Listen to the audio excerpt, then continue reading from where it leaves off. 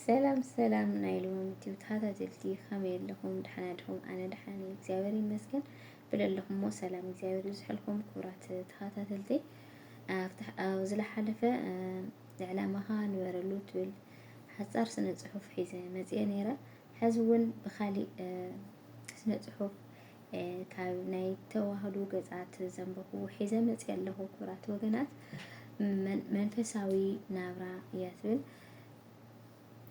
ብሓቂ ኣብ መንፈሳዊ ሂወት ኣለና ዶ ወይስ የለናን? ንባዕልና ንፈትሽ እያ ትብልታ ፅሑፍቲ ማለት እዩ። እና ከምቲ ልሙድ ላይክ ሰብስክራይብ ኣይትረስዑ።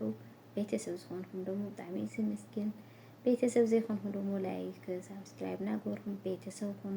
ንዓኻቱም ይጠቅም እዩ ዝበልክዎ ሒዘ ክመፅእ እየ ክቡራት ወገናት። እና ናብ ቪድዮ ከይነውሕ ናብዚ ስነ ፅሑፍ ከብለኩም። መንፈሳዊ ናብራ ብሓቂ ኣብ መንፈሳዊ ሂወት ኣለና ዶ ወይስ ንባዕልና ንፈትሽ? መንፈሳውነት ጥልቅ ኢልካ ዝርአ እኳ እንተኾነ ኣቦታትና በተለይ መነኮሳት መንፈሳውነት ንምርካብ ዋጋ ክንደይ ከፊሎም እዮም።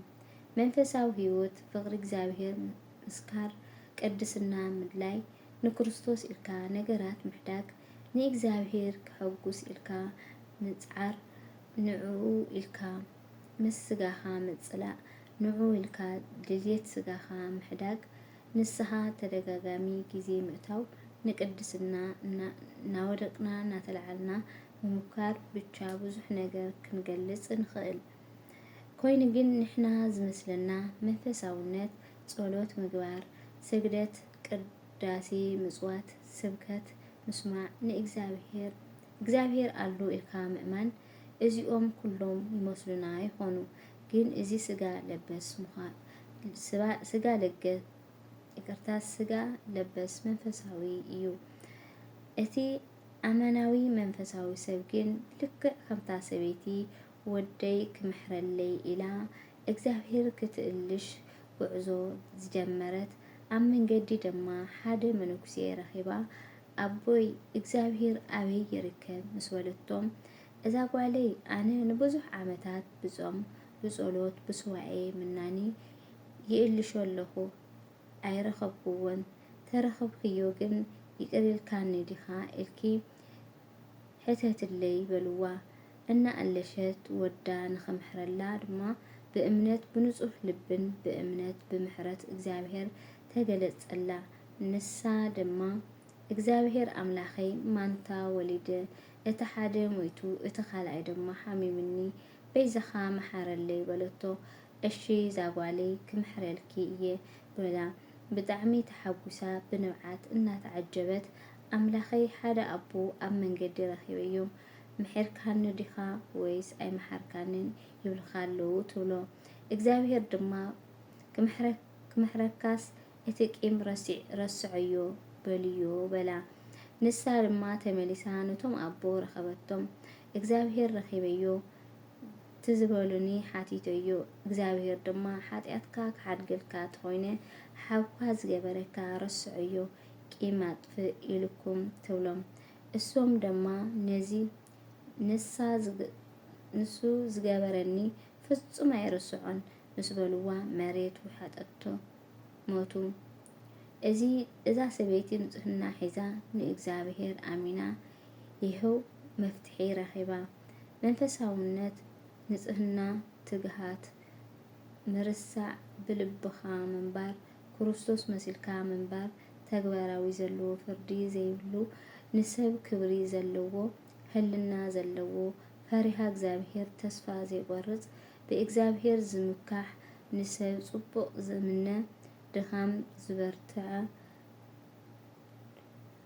ኣስራት በኩራት ዝህብ፣ ናይ ስዋኤ ግዜ ዘለዎ፣ እግዚአብሔርም ኢሉ ምንም ዝሓድጎ፣ ካብ ዘላቶ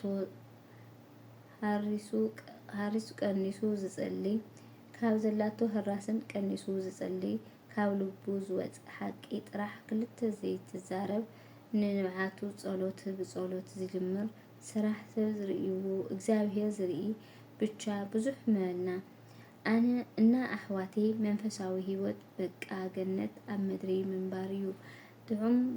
ጥዑም መሪሩ ኮይኑ ብጣዕሚ ጥዑም እዩ። ዝመረረ ንስጋ ዝጥዕም ንነፍሲ ስለ ዝኾነ እዩ። ንሕና ግን ሙቕ ክብለና ዓለማዊ ክንሓዝን ካለና መንፈሳዊ ሰብ ክብድለና ፈተና ተበዝሐና እንተሓመምና ሰብ እንተረሓቐና ገንዘብ እንተሰኣና ዓለም እንተደርበየና ስራሕን እንተኸሰርና ትምህርቲ እንተወደቕና ጉድለት እንትስምዐና ብቸኝነት እንትሕዘና እንተደኸምና መን ከማይ ጸላይ ቤተ ክርስቲያን ጎያይ ይቅር ይብለና ፈጣሪ ንሱ ግን የዋህ መሓሪ ኢሉ ኩሉ ጊዜ ተቐባሊ እዩ።